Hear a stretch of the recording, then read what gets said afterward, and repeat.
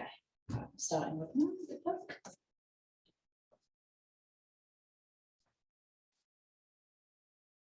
Good evening, everyone. Thank you for joining us. I'm really excited to get started with our teacher event, but let's just wait a few moments to ensure that everyone's logged on. So please do feel free to go grab yourself a cup of tea and we'll just get started soon.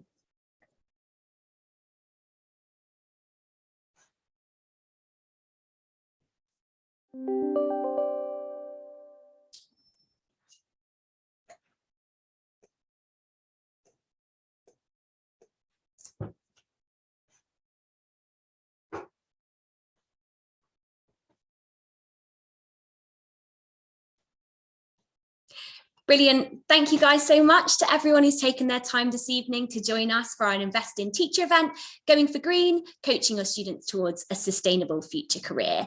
My name's Orla. I'm a partner development manager here at InvestIN, meaning that I help form relationships with over 4,000 schools, both in the UK and globally. And we help students think about the ways that they can best succeed in their future careers. So after the success of our previous 2 teacher events this term, I'm thrilled to be bringing you our last teacher event of 2021 about the key topic of sustainability that is going to have increasing significance into 2022 and in the important years to come. So what can we expect from this evening? So firstly, I will introduce the topic. I'm going to give a short introduction to understand the environment of today and how young people have championed the fight against climate change and what's brought us here tonight. And I'll then pass over to our first guest speaker, Niamh Murphy, who will be talking us through the prospects of sustainable careers for the future and how educators can best equip students with the knowledge and skills to excel. Next, I will provide some InvestIN updates, as well as informing you of the different InvestIN programs and summer experiences, which offer further insight and simulations relating to sustainability. And following this, we will then delve into an expert Q&A session where we'll hear from a range of different professionals from different industries who are working to help make their sectors more sustainable. And I'll then close the evening and be following up with the recording and slides tomorrow, along with some fantastic further resources for you to use, but also for your students as well. So it is with great pleasure that we are welcoming some brilliant professionals to lead this evening on sustainability. So we have Niamh Murphy, who works within environmental consultancy. We have Jade Cohen, who co-founded Qualis Flow, a company dedicated to reducing waste within construction. We have Junaid Khan, who specialises in investment and climate policy. And finally, we have Milan Kumar, who founded an online slow fashion company. So a massive thank you to each of our experts for joining us this evening. And I really look forward to them providing more information on what they do and what golden pieces of advice they can share with us to encourage students wanting to pursue a sustainable future career. So we're going to be trying to keep this evening's session as interactive as possible using our Q&A and polling app Slido. So to participate, you simply need to pick up your phone, open a web browser and head to www.slido.com. Once you get there, you'll be able to insert an event code. So tonight's event code is #GoingGreen. Once you're logged on, you'll see that there are 2 tabs. One is a live Q&A tab where you can submit questions at any time, and we will either respond to these throughout or we'll save them for the panel. And on the right-hand side, there is a tab where polls will appear live as and when throughout the evening. So just to start familiarising yourselves with the platform, I'm going to launch our first question, which is, where are you logging in from today? So whereabouts are people? I'm really thrilled to be joining you guys from our office in London, but that's great. We've got a reach across the country there, with different countries. That's great. It's good to see people logging in. Thank you guys so much. And the second question I just want to launch is, what is your role in the school? Just so we can understand a little bit more about our audience. So what is your position at the school? Brilliant, good to see some subject teachers here tonight. And I hope that this is of interest to everyone, subject teachers, head of sixth forms, brilliant, and also heads of careers. So that's great. And to focus a little bit more on a subject that's really about the topic of this evening, I wanted to ask you, what do you or your school try to do to be more sustainable? So if there's anything in place at your school, maybe a policy, or maybe something that you personally have decided to do to be more sustainable. Amazing, yeah, recycling across different sites. So hopefully that's kind of at the school, that sounds great, and things that people have in place. An eco council, wow, that's amazing. I'm sure our professionals are really excited to hear more about that and talk further about that too. So thanks everyone for getting involved in that one. So to understand why exactly we're here today, I think it's really important to know exactly what is affecting the environment now in order for us to grasp what needs to be done in the future and what responsibilities your students will soon have to face. So I'm sure that, like me, you've seen over the years, especially the recent years, many news articles, documentaries, and campaigns that really focus on the climate crisis, and it really feels more real than ever. And in the recent months, the profile of COP26 in Glasgow rose to new heights and made us all think about ways we as a collective, but also as individuals, need to change our ways in this make or break moment in preserving our planet for future generations. And in response to this, major steps have been taken across different corporations, businesses, and industries. So many have committed to signing the carbon pledge, ensuring that they commit to becoming net zero by 2040 in order to halt the rate of global warming. But targets like this are said to be achieved through a variety of different means. So, for example, engineering firms, they're looking to decarbonize through innovating transport and other important products. Fashion companies, for example, aim to try to make efficiency improvements to their materials, and other kinds of public bodies and organizations are really trying to ensure of investing money into renewable energy. But also creative industries are really recognizing their importance in helping spread awareness of sustainability, as they are often the mediators between business, technology, and people. And therefore, they really help in trying to bring about meaning, simplicity, emotion, humor, and innovation to difficult causes, to deliver stories that capture hearts and minds, that change people's actions and behavior. So in that, we can see how many industries are really trying to push forward this sustainable narrative. And as mentioned, however, the fight against climate change also exists on an individual scale, with many people taking this into their own hands. So we can see a direct effect in statistics, such as the number of environmental vegans in Britain skyrocketing by 40% in 2020 alone, and also that 53% of consumers in the UK have reduced the amount of disposable single-use plastic they used in 2019. So in understanding all this, I'm sure that you agree with me that the environment and climate change has truly become one of the hottest topics within every single sphere of life. But I think what has been remarkable over the last few years especially is that climate change has become a pressing issue, and that young people are really stepping forward to demand greater action as they are more eco-conscious than ever before. Inspired by the likes of Sir David Attenborough and youth climate activist Greta Thunberg, we have seen students take to the streets to fight for their futures. So much so that the word sustainability has become a key part of Generation Z's vocabulary, and it's been adopted into their lifestyle choices. It was recently found that 57% of parents think their children know more about sustainable living than they do. And with many students displaying this passion for protecting the environment, it's impacted the things they wish to do once they leave school and how they can push forward into a successful career as a result. And even though various different industries and pathways, we can see in the UK that over 2/3 of children hope to have a career that helps the environment. And therefore, this is going to affect their choices in what they wish to do once finishing school. But it is evident that the demand has been recognised, and that the future of greener jobs is looking more prosperous than ever, as sustainable employment is set to create up to 20 million new jobs, which will shape the landscape of what the job market will look like for your students. So with all that being said, I just wanted to launch a Slido to ask you guys what you think, what jobs or industries first spring to mind when you think of careers in sustainability.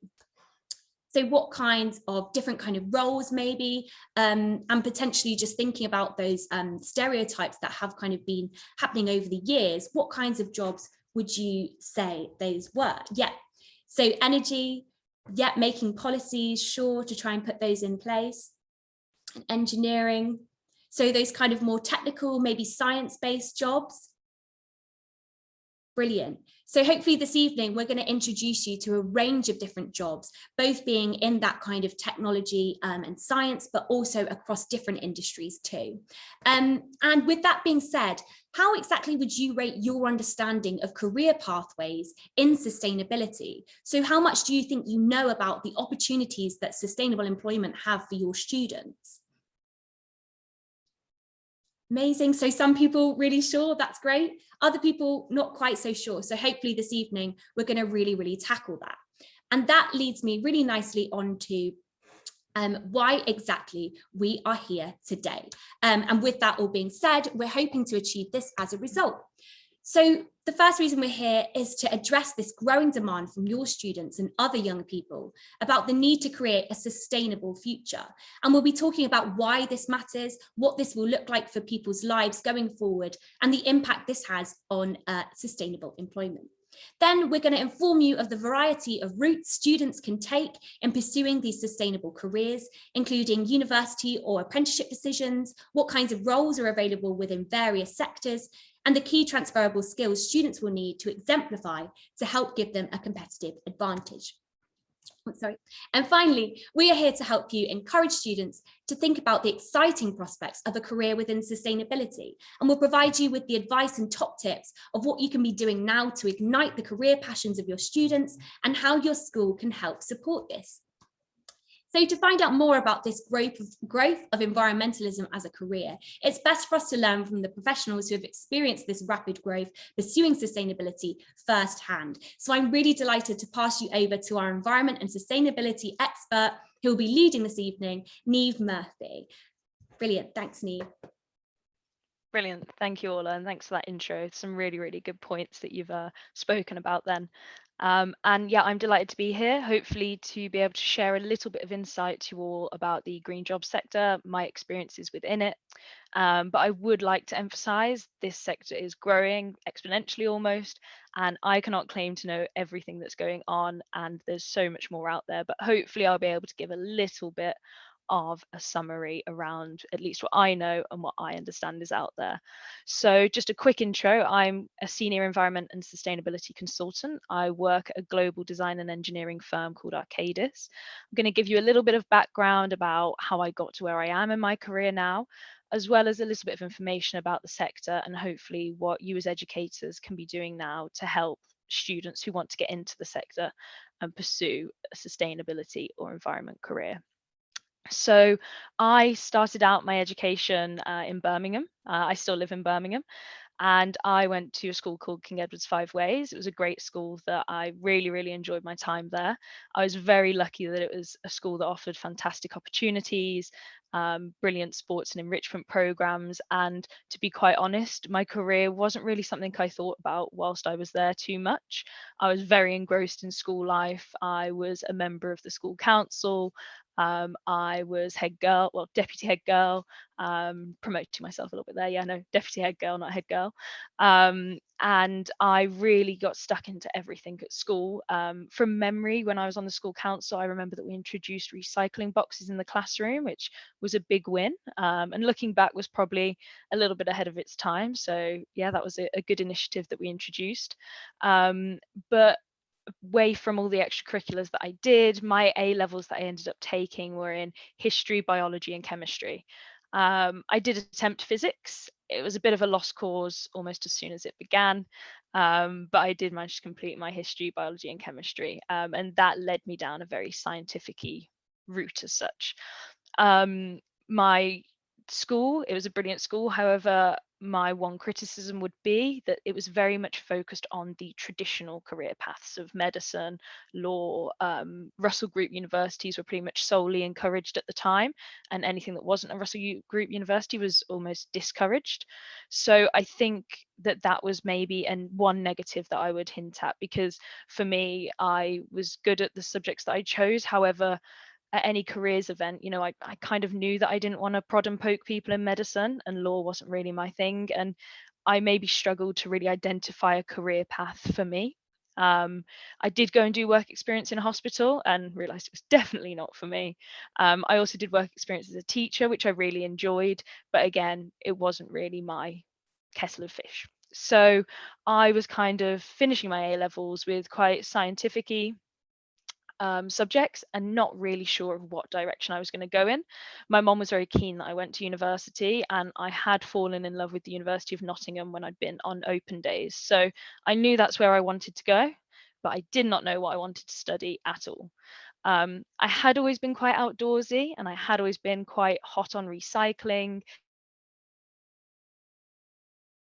and demanding to know from my mom why families had 4 cars, because I thought it was ridiculous. Everyone only needed 1 car. So maybe I was a bit ahead of my time in that sense. But when she gave me the book for, what subjects I can study at the University of Nottingham, environmental science did jump out at me. So that was probably the first moment for me where I started to think this could be the career for me. So off I went to University of Nottingham and had a fantastic few years. I'm probably played football more than I went to my lectures, which I didn't tell my mom at the time, but it was a fantastic time, and the subject really, really grabbed me. So there were topics like plant science, soil science, ranging through to climate change science. We did a lot on environmental impact assessment. There was this really varied range of subjects, and we were also able to take quite a lot of electives, which was really, really good for me. I was able to delve into a few business modules and investigate, where I might be looking towards in my career. I knew I was never going to be super, super technical. I knew that I wanted to go towards a more general role. And so those business modules allowed me to investigate that. So I graduated, and as I mentioned, I probably played too much football whilst I was at university and not enough lecture time. So I hadn't really taken the time to start applying to roles. So I actually started after I left university, and as anyone who has applied to grad jobs knows, it's a nightmare. So I spent maybe 3 or 4 months applying like crazy to graduate jobs, and I applied to so many different roles. My focus was environment and sustainability roles. However, I also looked at professional services and other things. And as I said, as anyone who's applied to them knows, it is very difficult and very competitive. But I was lucky enough to secure a role. I was at the time working at Dudley Council as an administrative assistant, and I absolutely loved it. I spent a year there, learned a lot, and then went on to Arcadis in my graduate role. I was quite lucky to get a role, I feel. I'll touch on this a little bit in a later slide, but I did only have a bachelor's degree. And the environment sector has traditionally been quite difficult to get into just with a bachelor's degree. But like I said, I'll touch on that a bit later. And Arcadis as a company it's huge. I think we have 27,000 people globally on every continent and in probably nearly every country. It's a huge company with a lot of opportunity, but it's mostly focused on design and engineering. And I was brought into the environmental planning team. So the main roles that I've held whilst I'm at Arcadis have been very, very varied. So for a while, I was an environmental coordinator. So on large scale infrastructure like rail or power projects, I would be that middle person between regulatory bodies and the client, making sure that we were fulfilling all of the legal requirements we needed to.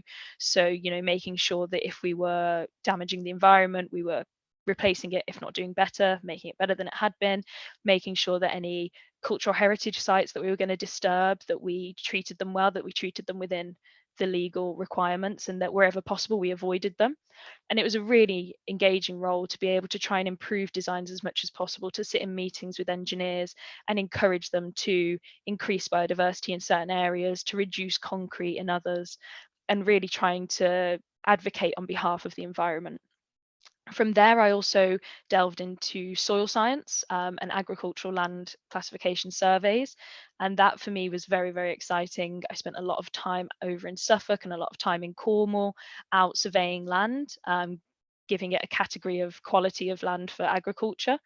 And then writing reports to try and make sure that wherever we did have very high grade agricultural land, that it was avoided being constructed upon, and where it did have to be constructed upon, the soil was treated well, because as many as you will probably know, you've only got a very small amount of soil that all of our crops grow in, and it's always been treated very badly, the soil, and so it's quite good to be able to try and improve that part of the environment. And then lastly, I have recently moved into sustainability advisory. So a bit of a big step away from what are more environmental technical roles and into a more business facing role. And in that role, I've been looking at sustainability strategy. So trying to embed sustainability in everything that we do as a company and ensure that all of our projects are as sustainable as possible, that they have the least impact on the environment as possible, that socially they're as positive as possible, and really trying to make Arcadis a better company to work for, but also for the people that we engage with our projects. So it's been a very quick roller coaster ride, I'd say. I've experienced a lot already. I've only been at Arcadis for 4.5 years, but the opportunities have been massive, and it's really opened my eyes to just how large the environment and sustainability sector is. If you could move to the next slide, please, Orla. Fantastic, thank you. So why sustainability matters in today's world? Orla's already touched on this a little bit, and it's probably something you're all very aware of. You've all seen COP in the news over and over again. And, this topic really is becoming of vital importance. So for about the last 10,000 years, our climate on Earth has been pretty stable. It's actually since the end of the last ice age, I think we've had about 400 generations of humans who have been able to take advantage of this stability in the climate. So yeah, we've had ups and downs of warm periods and little ice ages, but those changes in the grand scheme of things over the lifetime of the Earth have actually been very small. We pretty much always know when it will rain about. We know the rainy seasons, we know the dry seasons, we know approximately the temperature of the summers and winters, we know how high the rivers flow, and that stability has really kind of enabled us to perfect cultivation. It's enabled us to feed more humans. We've transitioned from small tribes using crude tools. We're now 7 billion people moving around the earth. We're all connected in this, crazily digitized world, flying aeroplanes, and doing things that even 100 years ago, people would have thought you were bonkers for suggesting. So we've moved at an obscene rate. It's been a fast journey, but all along, the thing that has allowed us to do this has been the mild and predictable climate. So as we all know, that's beginning to change. Those certainties that we rely on, such as knowing which areas of land will and won't flood, those certainties are quickly, in some cases, disappearing. In recent times, we've seen the wildfires in Australia, flooding in Germany and China. We've had landslides in Bangladesh. I could go on for a very long time about all the problems that we're seeing. I actually watched The Day After Tomorrow the other week with my parents again. We hadn't watched it for years, but this time my mum turned to me and she actually looked at me and she said, "Wait, just to confirm, this can't actually happen, can it?" And I think that just sums up that people are starting to worry about climate change and starting to ask questions of companies and governments, and the companies and governments are starting to listen. The other thing is these climate events are starting to cost a lot of money, like an awful lot of money. And as much as it's sad that it's not just the human life that's important to companies and governments, money talks, and they're starting to see just how big the impact is of these events. So back in 1987, the United Nations Brundtland Commission defined sustainability as meeting the needs of the present without compromising the ability of future generations to meet their own needs. And this is something that we haven't been doing for many years, but we're trying to now. So as I said, there's a sense of urgency. These damaging climate change events are becoming super frequent, and often it's the lowest polluters in the world who are going to be the most affected, which is something that needs to be addressed. Building back better, COVID has demonstrated the major implications of any catastrophic global event. And it's also showed us in a way that there is an opportunity for us to reimagine how we live. Maybe those changes that people would have said were crazy, to even imagine that we could do that, actually maybe they are possible and we can change the way that we live and work as human beings. And then the last thing is, the worry is that one of the biggest drivers for issues around climate change is population, and population continues to increase. And as it does, standard of living is also increasing, which brings me on to my next slide, please, Ola. Fab, thank you. So the other day I went onto this great website called Footprint Network, and you can put all your details in about, you know, how much energy you use, what size house you live in, how much you drive your car, and it tells you basically, if everyone lived like you, how many Earths would we need? So it's called your Earth Overshoot Day, and countries have it as well. And on the 6th of March is where I have used up as many resources as I should as an individual. And if everyone lived like me, we'd need 5.7 Earths. I'm not going to lie, I was quite upset when I saw this because I thought I was quite good. And Ola, if you could go to the next slide, please. My mobility, as you can see there, great. My goods, I don't buy too much. My services, not too bad. However, where I really have a massive carbon footprint is shelter and food. So, you know, shelter can be too few people living in too large a house, especially if that house isn't well insulated, and the house I live in is not well insulated. And food, as Ola mentioned, so many more people are becoming vegans, which is great news, because as you can see there, my meat consumption does really increase my carbon footprint. But as I can never remember who said it, but someone once said, you know, everyone doing sustainability badly is better than a few people doing it perfectly. So we're not saying everyone has to cut out meat or anything like that, but it'd be great if we can work out a way that we can cut down and just change our lifestyle a little bit, so that if everyone reduces their carbon footprint by a certain amount, it's going to have a massive impact. So that's kind of why sustainability is important in today's world, and why it's important to me, especially after I've seen that. But moving on to career options. So there's a lot of youngsters now who really want to make a difference. You know, we've spoken about that. They really want to make change, they want to affect change, and they want their job to be meaningful and to actually have some demonstrable change that they can quantify. So there's so many career options. Career options you probably wouldn't have even thought of or heard of or considered were environment and sustainability. So just starting in the top left there, the private sector firstly. So engineering and manufacturing, that's the area that I work in at the moment. I could reel off so many different environment and sustainability jobs. You know, there's environmental and sustainability consulting, which is what I do, as I mentioned, being that middle person between a client and governments or regulatory bodies, and trying to improve the environmental prospects from a project that we're working on, you know, infrastructure or residential or anything like that.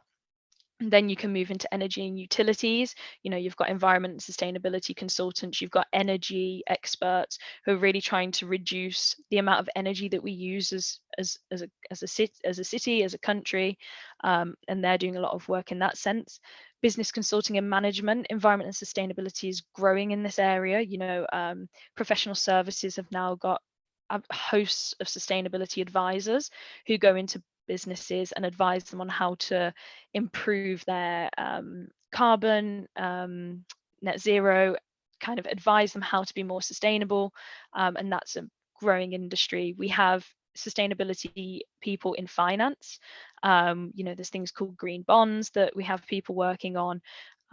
So that's another big area. Obviously law, there's been environmental lawyers for a long time, but that's obviously increasing. Now we see more, what's the word I'm looking for, prosecutions, where someone has, you know, polluted into the sea or into a river. You know, we're starting to see that people are taking more notice. And professional services, again, similar to business consulting, there's a big increase in roles there. In education, we've got university teaching, obviously, and university research, and then obviously research agencies. So it's a big area where we've always had a lot of environmental individuals in those sectors. Charities, NGOs, and voluntary. So this is a really, really interesting area. There's always been environment and sustainability people lobbying, but it's just the noise is increasing in the area, as you're probably seeing all over the news. You know, there's a lot more charities trying to do good work, and they're being heard a lot more. So that's a really, really good job for people to be getting into. Operations specialists, again, that's happening. That's in every single NGO or charity or voluntary, and you could even apply that to a lot of other sectors. Operations specialists are having to become more environment and sustainability minded. Then we've got content creators, and I think this is a really interesting one. I had a very good friend at university who was a creative writing graduate. She became a content creator at a company. She was working for a couple of different charities and really enjoying it, but she always had a passion for the environment. And she finally got a role in a company that is working in the environment sector, and she is so over the moon that she can create content, she can create videos, she can create documentaries. She's actually creating the collateral that sustainability and environmental professionals can use to get that message out there and actually, change people's minds, change people's hearts, and actually change the way that people as individuals engage with the environment. And that is really, really important, because if we can change individuals' mindsets, then anything's possible. And then obviously you've got fundraising managers as well. And then in the public sector, you've got regulatory and government bodies, you've got policymakers who are creating the policies that all companies need to abide by.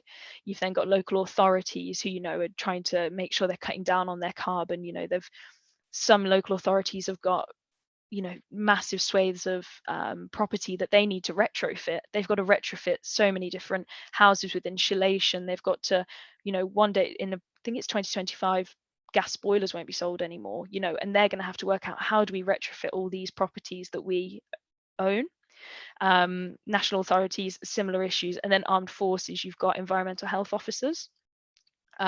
So that is a very, very quick run through different careers that are out there. Like I said at the start, the list is never ending and it's only going to get longer. And that's what I'll touch on here.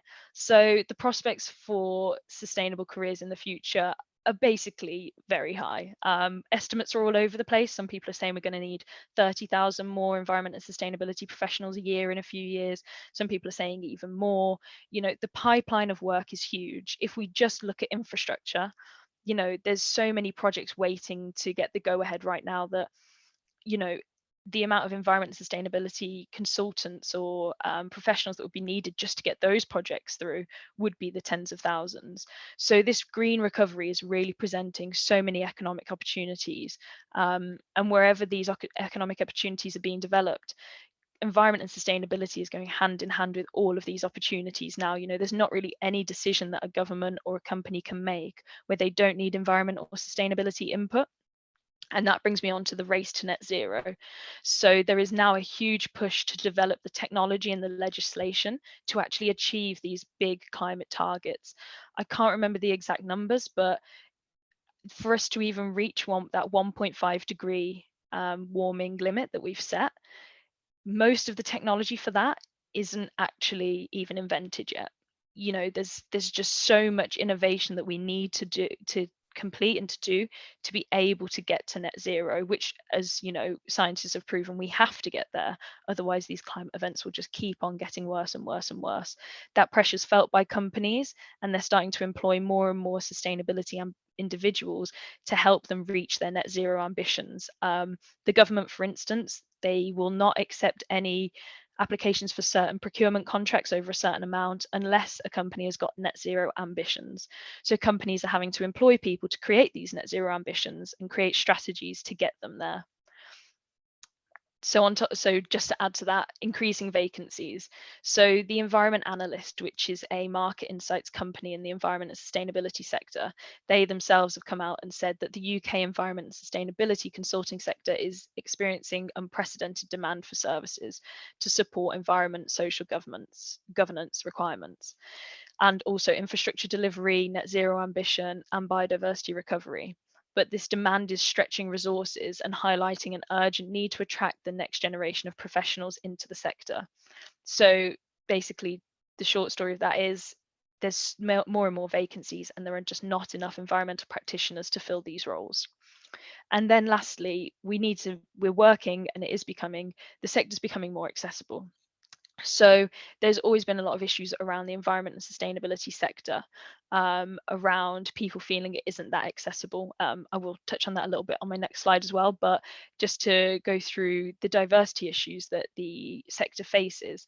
I'm a member of a professional body called IEMA, and our CEO, Sarah Mukherjee, actually recently spoke at length around how a lot of Britain's ethnic minority populations are concentrated in urban areas, Greater London, the West Midlands, Greater Manchester. And so therefore, for those people who've grown up in towns and cities, they may not feel that natural affinity with the countryside. It could sometimes feel quite threatening and hostile. I actually listened to a TED talk recently about access to the countryside and how it's traditionally been an enjoyment of the more affluent in society. For instance, to get out into the countryside, a car is often required. Not many buses go out into the depths of the Lake District, for instance. So there was actually a government review that was completed, and it actually found that UK national parks were seen by many ethnic minorities that they were a very much white environment. So if people don't have access to these spaces, how can they fall in love with the environment and nature, and how can they want to work in those areas? So the industry has really recognised that diversity is an issue, and they're really working on how to improve that. Another area is that they've recognised that the educational requirements for the sector are quite high. So 80% of IEMA members are graduates, and actually 50% of that group hold a postgraduate qualification. Unpaid work experience, volunteering, internships, they can often be required to gain a foothold in the industry. And so therefore many people from disadvantaged backgrounds, would struggle to get into the industry. So these issues have all been noted and they are being worked on, and we're hopefully going to find a way to make it as welcoming an industry as possible for anyone who wants to get involved. So touching on that, these are the main routes into the industry for students who do want to get into the environment sector. So apprenticeships are a new initiative that have been brought in the environment and sustainability sector, and this is one of the ways that they're hoping to address the diversity issue in the business, and that is by launching these. So they were launched in 2019. I know my company have taken a few apprenticeships this year, which has been great to see. It's an approved and accredited course, and you earn your degree whilst you work. It gives you that guaranteed job during and after, and also little to no student loan. So then the other routes in, and these are the more traditional routes, a summer placement or a summer internship. So obviously these are brilliant. They give people real life work experience. Many companies offer them. You often need to be on track for a 2-1, but not always. It's sometimes paid experience, which is brilliant. And often there is the opportunity, if you really do impress, that either you'll get a job offer or you'll be invited back the next year again to give you even more experience and another chance at getting a job offer from the company. Year out and placement years are basically the same, but obviously extended over the course of an entire year. So you'd already need to be in a degree to take them, and be in a degree that allows a sandwich year, so for you to leave for a year and come back into your degree. Again, often need to be on track for a 2-1, but not always. It's always going to be a paid experience, which is brilliant, and often if you impress, you will get the job offer at the end of that time. And then the main route in that most people take is the graduate route. So companies do a 2-year graduate program. As long as you've got a relevant degree, you often need to apply a year before entry and need a 2-1. They're well paid with clear progression throughout the company. The place where this has been difficult for people often need a master's to get onto one of these courses. I had a BSc myself, and I was a rarity in my cohort to have got in. So that's just something to be aware of. But they are trying to work to change that. For instance, we had someone join our team this year who just had a maths degree. I say just a maths degree, it's very impressive, but it wasn't an environment degree. And because of this need for more and more people, this sector is being probably more open, as they will accept other degrees and other experience, and not just what has been quite a traditional set requirement. If you could go to the next slide, please, Ola, that'd be great.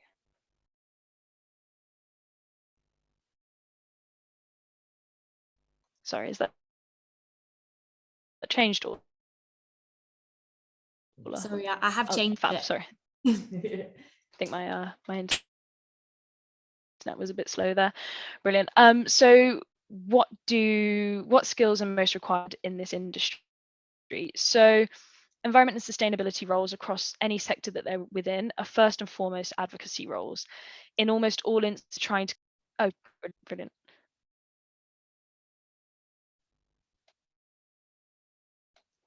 So it's admittedly gotten easier.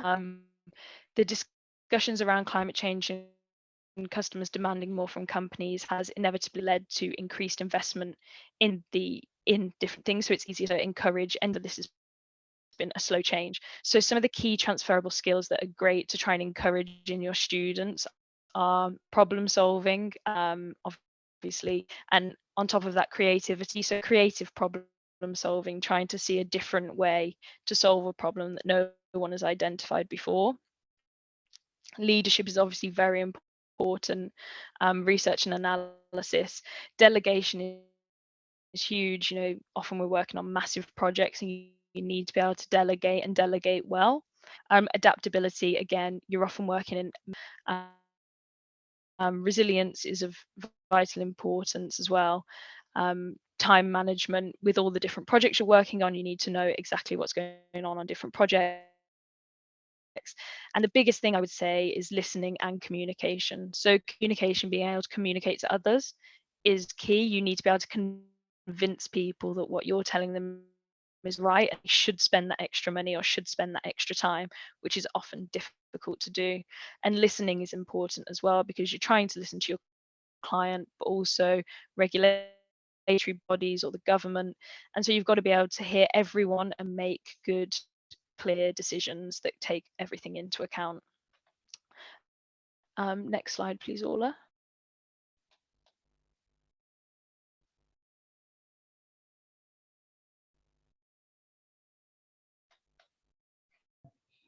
The slide's up now.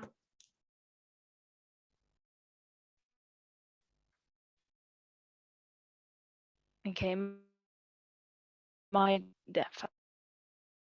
fab.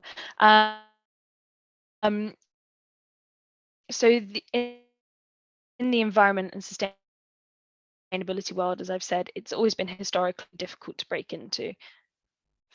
Fab, thank you. So it's always been historically difficult to break into, with the assumption being that individuals would need to complete unpaid conservation work, spend time in low-paid jobs, working long hours for very few roles. However, as I mentioned before, luckily this is all changed into the industry. So they can do charity and voluntary work. It doesn't necessarily have to be environment sustainability related. Obviously, any work like that looks good on a CV. However, there's some really good environment areas they can look to address. You know, there's tree planting, there's raising funds for a sustainability cause, there's get some stuff on the CV, and to also engage with the environment and sustainability sector. Transferable skills I just talked about. Insight weeks too, many companies experience what they might be doing in their chosen career. Also setting data management or problem solving tasks. And then careers fairs is a big thing as well, attending as many careers fairs as possible to really see what is out there. And then expanding the sustainability action group. I had a friend who started a sustainability society at the University of Nottingham when there wasn't one. It's a really good way to show your engagement and show your interest in the topic. Any sort of to meet people from the industry that you want to work on, get advice, and sometimes get contacts. Sorry, Neve, we're losing you quite a lot. I'm okay. Membership with professional bodies. Sorry, at least engaging with them and going on their websites and understanding what they're doing would give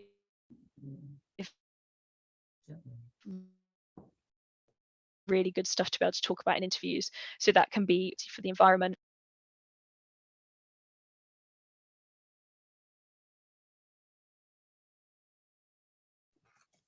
I'll just take over from this slide.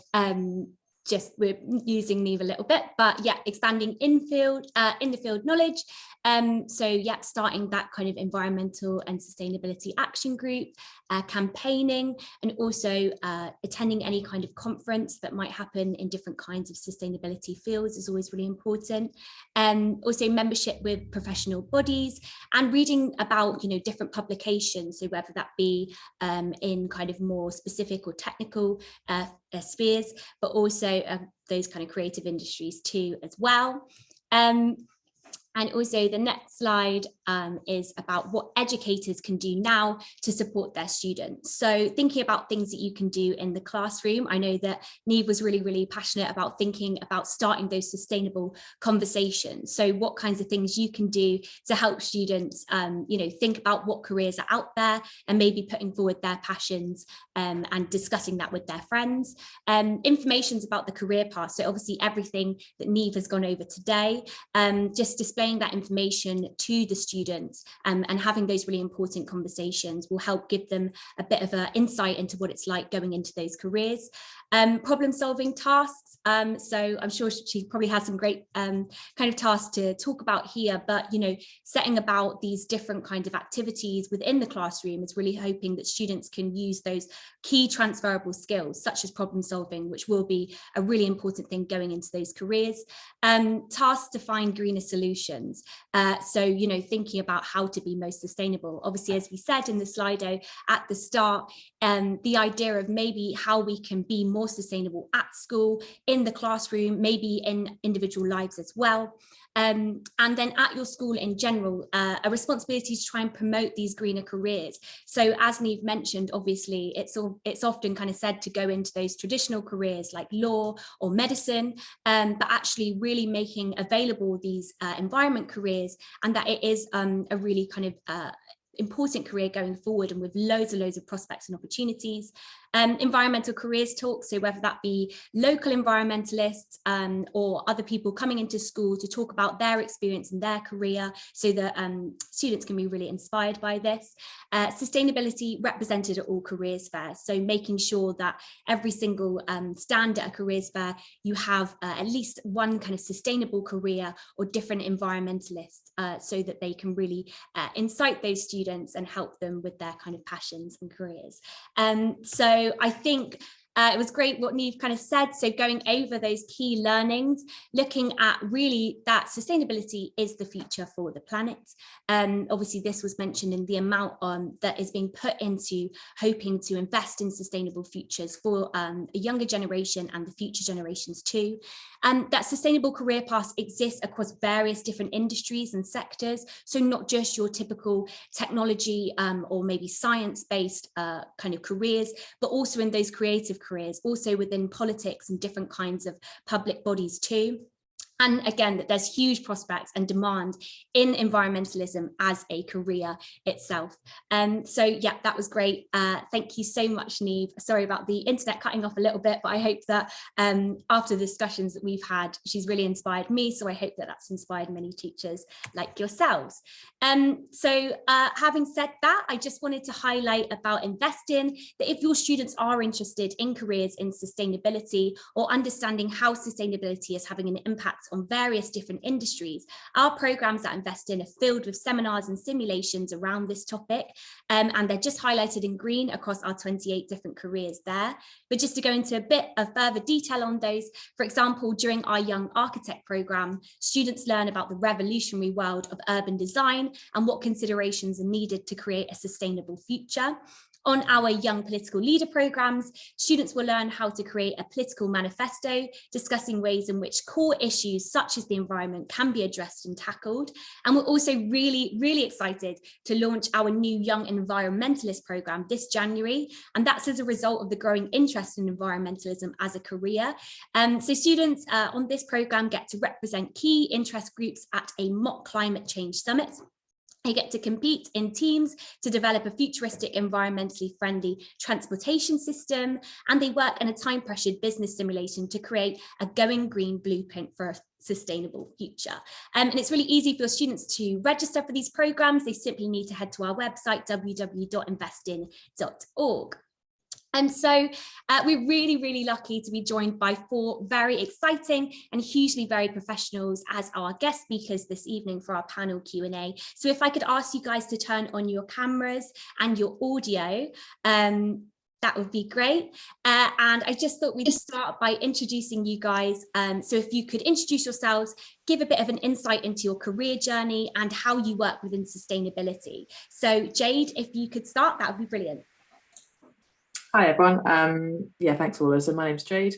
I'm one of the co-founders of a company called QualisFlow, or QFlow for short. I started my career following my degree in environmental management at Southampton University in the UK. Firstly going into the world of construction. So I used to work as an environmental advisor, so directly using my degree in this case around specialism of environmental management in that space.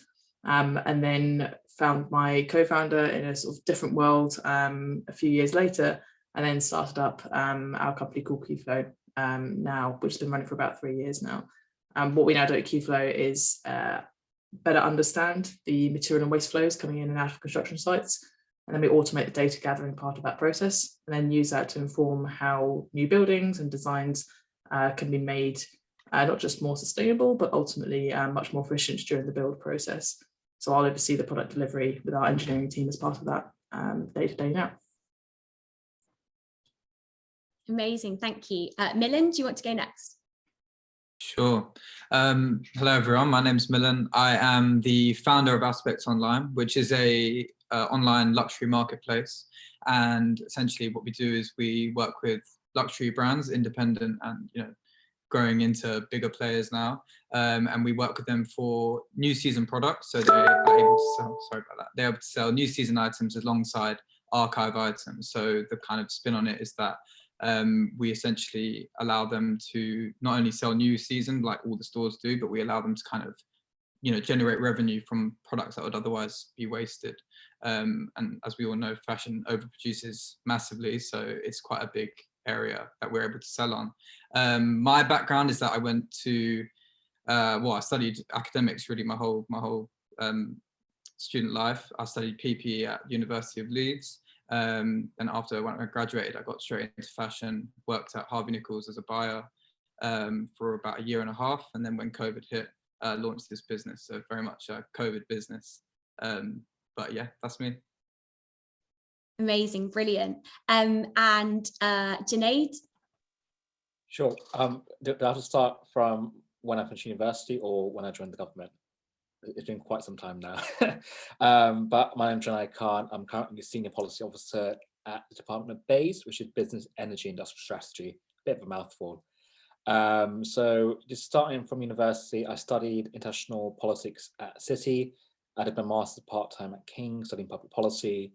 I did a various number of jobs in between working for government. So I used to work in political comms, an interfaith charity, brief stints at Jigsaw while I was waiting for my security clearance. But I joined government. I joined the government as a policy official in the negotiations team at the UN, and then I became a program manager for a kind of carbon pricing and carbon markets program. I briefly worked in the minister's office, who is now the current Secretary of State, and I'm currently the senior policy officer for climate investment funds, which is a kind of multilateral, multi-billion trust fund that's kind of called the precursor to the Green Climate Fund that funds transformational projects around the world for decarbonisation efforts.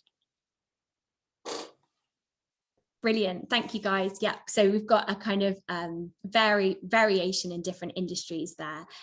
So I think the first question I just wanted to ask, and I'll start again with Jade. So how is sustainability relevant today within your industry? And what does the future kind of look like? And what do you kind of predict for the future within your industry? Sure. So the space that we operate in is actually, it's really an overlap between sustainability tech and construction tech, really. Tech being the kind of key piece there in terms of the sector itself. I mean, so in that sense, it's obviously directly relevant. Essentially, the business we're building, the mission behind it was to make construction more sustainable. So everything around the ethos of the way that we're building this system and this technology kind of really factored in there. Obviously not always the case for construction technologies as a whole, depending on what angle you're coming in at, and different businesses will obviously have different kind of missions and ambitions themselves as to what they're doing. In terms of the future behind it, I think for us, we've seen as a business, bear in mind that we are very sustainability orientated in terms of what we do. We have seen from an investment space, which kind of really not dictates, but determines sort of likely movement over the next few years as well. We've gone through 2 rounds as a business so far in the last 3 years. The first back in 2019, the second was just earlier this year. And we've seen a enormous uptake in terms of, or interest rather, in terms of impact investment funds. And instead of explaining why carbon, for example, is important in the construction space, we now spend 80% of our time describing and better understanding the market dynamics and why Qflow as a business is going to win compared to others, rather than explaining the problem to begin with. And that has been probably it was a much nicer surprise, I think, than we were both expecting, both myself and my co-founder, going into this raise compared to the previous one. But ESG, for anybody who hasn't heard of the phrase before, environmental social governance, it's becoming, as most of you are probably already aware, even on this call, it is becoming more and more important. It is unavoidable for most businesses now, regardless of what sector you're operating in. We see this obviously specifically within our silo, which is construction. It is requested by real estate investors, it's requested by developers, it's requested by contractors, and then down the supply chain in terms of the performance ratings that you have around how you look at environmental social governance as a whole. So it is on the increase, it is only increasing in terms of importance. And for us, that's obviously a fantastic sort of market space to be looking at as an opportunity as well. Yeah, that's really interesting to hear about just, how that's kind of expanded. And now, you don't kind of have to explain as much anymore. You know, people are really on board with trying to make things more sustainable. And within tech as well, that's brilliant. So Milan, how do you think sustainability is kind of relevant within your industry, obviously with fashion? And, what do you kind of predict for the future, and maybe potential students wanting to go into that kinds of sustainability within maybe more creative sectors too? Yeah, sure. Well, I think that, anyone that shops for clothes, even if it is like a tiny bit, I think everyone's seen kind of the focus that brands have on it. You could go onto any website now where clothes are sold and essentially see a sustainable push, whether they're factual sustainable pushes or not, like at least, the conversation has kind of progressed to that. So I think now as we speak, it's super prevalent and probably the most in focus it's ever been, which is obviously a great thing. And I think in terms of the last literally 2 years, I think we'll probably all say the same thing in all industries, it's really accelerated. So I think in terms of where the industry is going, every brand now wants to be seen as a sustainable brand. If you're not, then you're kind of left behind. And I think that kind of comes from, knowing that younger people are going to be the customers we all sell to in the future, and younger people are all so educated on this now, almost more so than the old heads that kind of have done it in the past. So I think that's where the focus is now. I think where the future of it is going is right now, I think in the near future is definitely this kind of circular fashion idea. And obviously the fact that, everyone will buy clothes and now sell them on rather than letting them kind of waste away in their wardrobe. And it's kind of now grown into a resale thing. You can make money off things now. You can actually make profit off buying things and reselling it on. Whether that's a good thing, I don't know. But further to that, in terms of a long-term future, I would say that probably this idea of, made to order, on-demand clothing is probably the next thing that isn't happening right now due to tech, but I think within the future will definitely be a big thing. The thing that all brands struggle with and will always struggle with, because there's no real way of predicting it, is how much to produce. Nobody really knows. You could sell 100 dresses of one style last year. You're not going to sell the 100 styles exactly the same again this year. So nobody knows that. The only way to kind of remedy that is to have this on-demand kind of clothing. Now we offer it on Aspects pre-order, but the wait times are like 14 days, sometimes 6 weeks.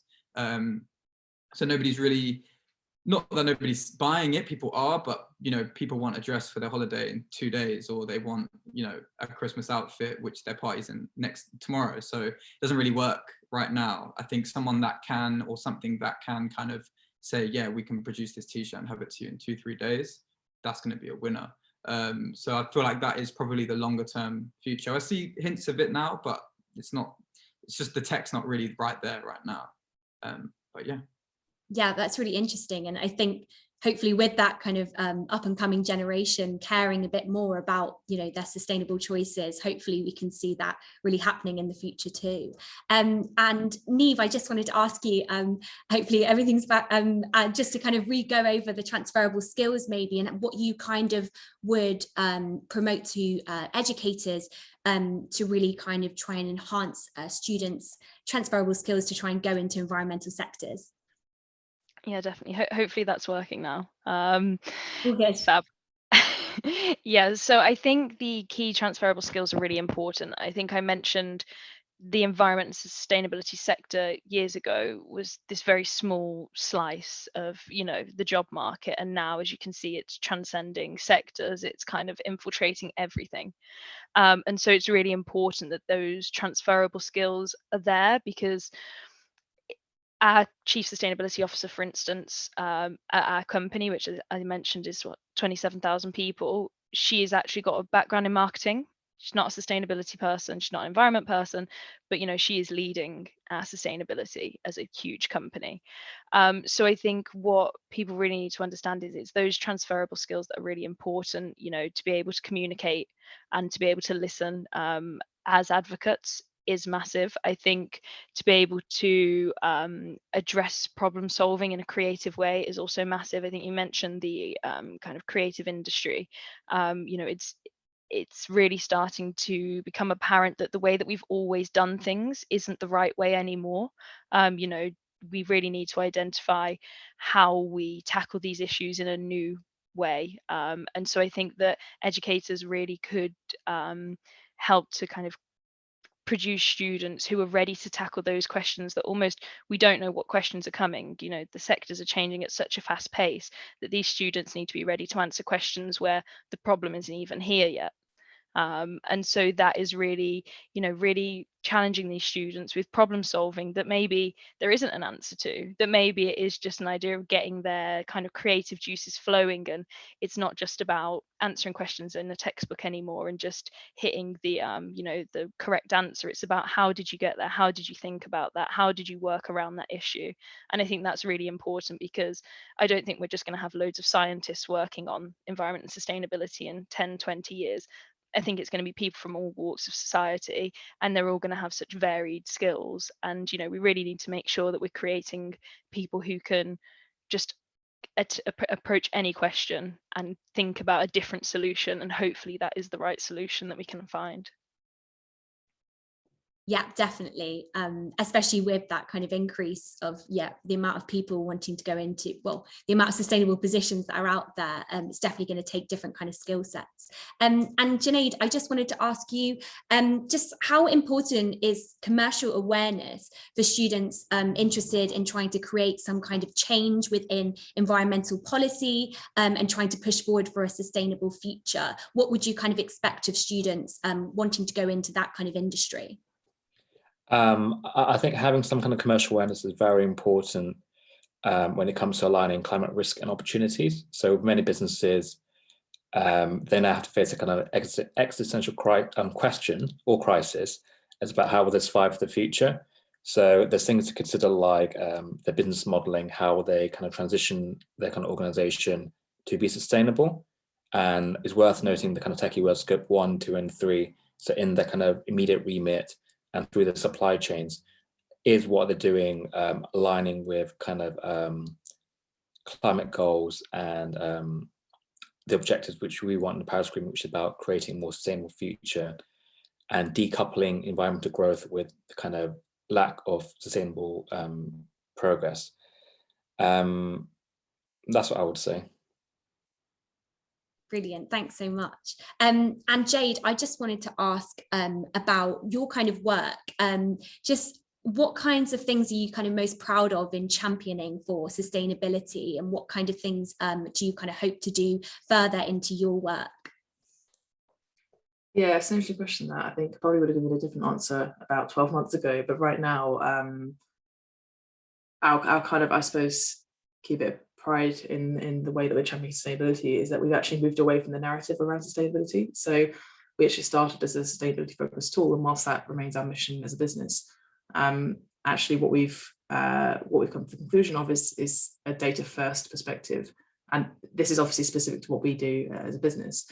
But ultimately we found the data can be useful for lots of different teams within construction projects that we work with. Now, all of which have a part to play within the wider sustainability agenda, not just environmental teams. So we've taken a data-driven approach with really everything that we do, not just ourselves internally, but also with our customers as well now. I mean, I think that shift in mindset, excuse me, has really enabled us to, I think, work more closely with our customers for that main purpose of sustainability, but almost sustainability by stealth in a way. And again, this is why it comes back to the points that were made just earlier around being able to have a commercial mindset in everything that we're doing, because sustainability isn't just about doing stuff for the sake of doing things that are good that everybody just generally buys into.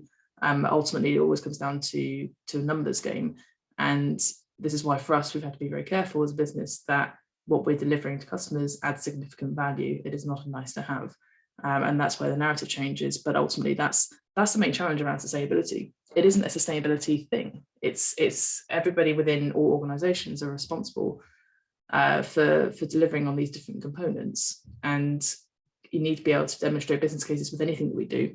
Obviously, particularly within the world of business, to make sure that we can progress forward. So I think for us, like really understanding those business cases, and again, there's mentioned about risks and opportunities there earlier, is really, really critical. I think one of the things somebody said to me once was, think like a salesperson, not like a sustainability person. And actually, again, if you've got the main purpose for whatever goal it is that you have around sustainability, let's say, to me, at least anyway, that's kind of a key focus area in order to help achieve that, whatever you're doing. Brilliant, great advice, hopefully to go on to students there. And Milan, I just wanted to ask about the environment at school, and just maybe what you kind of learned about at school, and maybe if there's anything for educators out there, what they can kind of change in the way that they kind of teach about sustainability, and kind of talking about the future of that, and if there's anything that you wish you'd have known when you were at school. Yeah, sure. I mean, when I was at school was about 10, 15 years ago. So I think what I learned was everything about environment was in geography. And I feel like that's not really where it's at anymore. I think you can't really focus on going to one lesson and learning about that, and that's it. I think it applies to every single lesson, well, virtually, that you do now. So whilst there's no criticism really on how I learned it, the conversation was very different back then to how it is now. It was very much, I just remember learning, don't use your aerosol deodorant, and then all that type of stuff, you know. And now I feel like we all talk about very, very different, very advanced areas of it. And I'm learning so much from this call by listening to the others as well. So I feel like where I would suggest, as kind of what I would have liked to have had, was to kind of understand, you know, based on my likes, my interests, where I could actually make an impact. And I guess that goes without saying in a school environment, but when I was at school, I went to a private school, and it was in Hertfordshire, and it was very like sports, rugby, and maths and English. There was nothing really for me specifically. Now, that's just potentially because of the school I went to, but my interest was in fashion. If I had known that to be in fashion, you don't just have to be a fashion designer, you know, you can be a million other things, and then all those other things also link to helping the environment. You know, if you're a designer, you can design with better materials. If you're a stylist, you can use better clothes that are sustainable and focus on that in production. All these different, if you're a buyer, all these different types of things.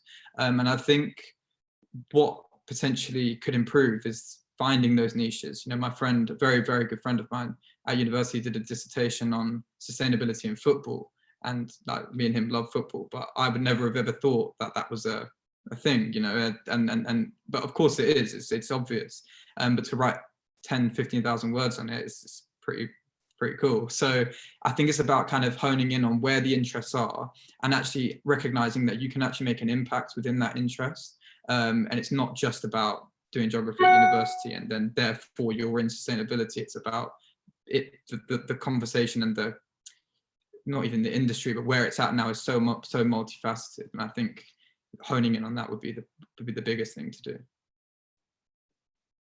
Yeah, that's really, really important. And I hope we've got quite a few subject teachers here today, so I'm sure that they'll take that advice on board. And Niamh, I was just wondering whether there was any kind of resources or potential activities that you'd recommend teachers trying to put forward in their classrooms for students that might have an interest in sustainability or environmentalism. So I think that a good resource that is always there, and probably quite a lot of the teachers will have accessed already, is STEM. So a lot of, as much as not all of it, but a lot of environment and sustainability still comes through that area. I think, however, this is definitely an area that we're lacking in generally. So whilst a lot of our collateral for teachers to use is still based around the engineering space and the science space, and there's not as much as we'd like there to be in other sectors.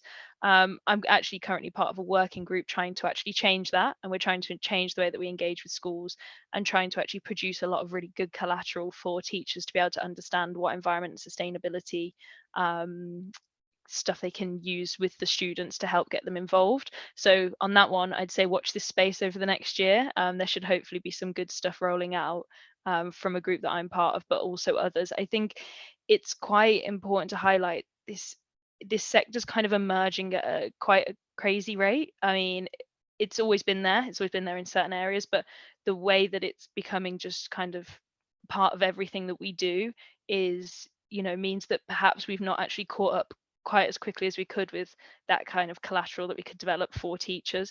So if the other area I would look at, however, is the professional bodies that I mentioned during when I was speaking. I'm not sure if I cut out at that point, but IEMA, Society of Environment, there's professional bodies that, whilst currently students wouldn't be able to sign up to them because they're often university level and above, they've got a lot of resources and information to help explain to teachers who could then support their students in understanding just how far-reaching environment and sustainability is, and kind of where they can take that. Brilliant, thank you. And Junaid, with students coming through, what would you kind of recommend their kind of key skills that they can try to develop to go into maybe more environmental policy? And also, do you have any idea of other kind of activities that teachers could be trying to put on in the classrooms to develop maybe negotiating skills, things like that? Great, so I'll start with the skills which I think would be great to develop. One is kind of personal level, so presenting and distilling information, which sounds quite paradoxical because you spend so many years academia writing loads of words, and actually when it comes down to it, it's all about distilling into a few words, and that's on a personal level. And I think at the interpersonal level, I know to talk about achieving compromise when we're talking about sustainability, but actually we should be exploring kind of opportunities to collaborate and develop consensus. That's really important in a number of industries, to work together and collaborate and break new ideas, etc.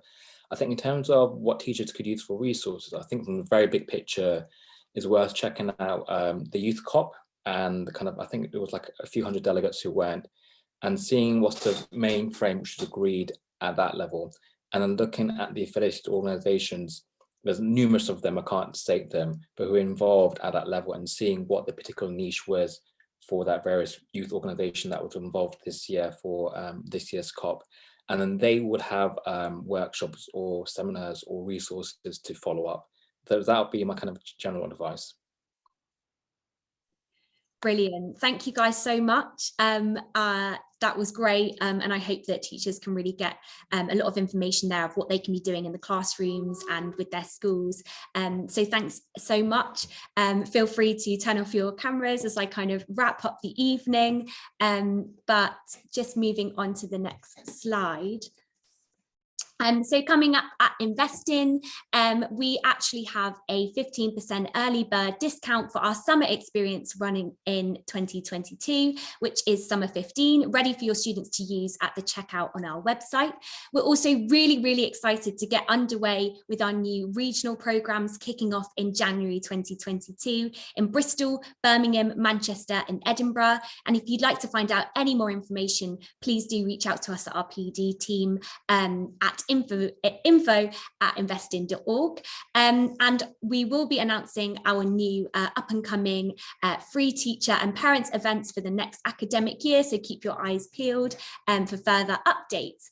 But so thank you so much to everyone who came, and also, of course, thanks so much to our brilliant speakers. To find out more about InvestIN and our work with schools, including our cost-free partner school initiative, please do head to our website, investin.org, to get in contact with us via the contact details on the screen just now. And our feedback survey is still live on Slido, so head over to give us some feedback on tonight's event. All of your feedback's really valuable for these events because they help us design the next ones. And I'm just going to leave you now with a trailer for our upcoming summit experiences. Please enjoy the remainder of your evenings, and thank you so much again to everyone for coming and to our professionals.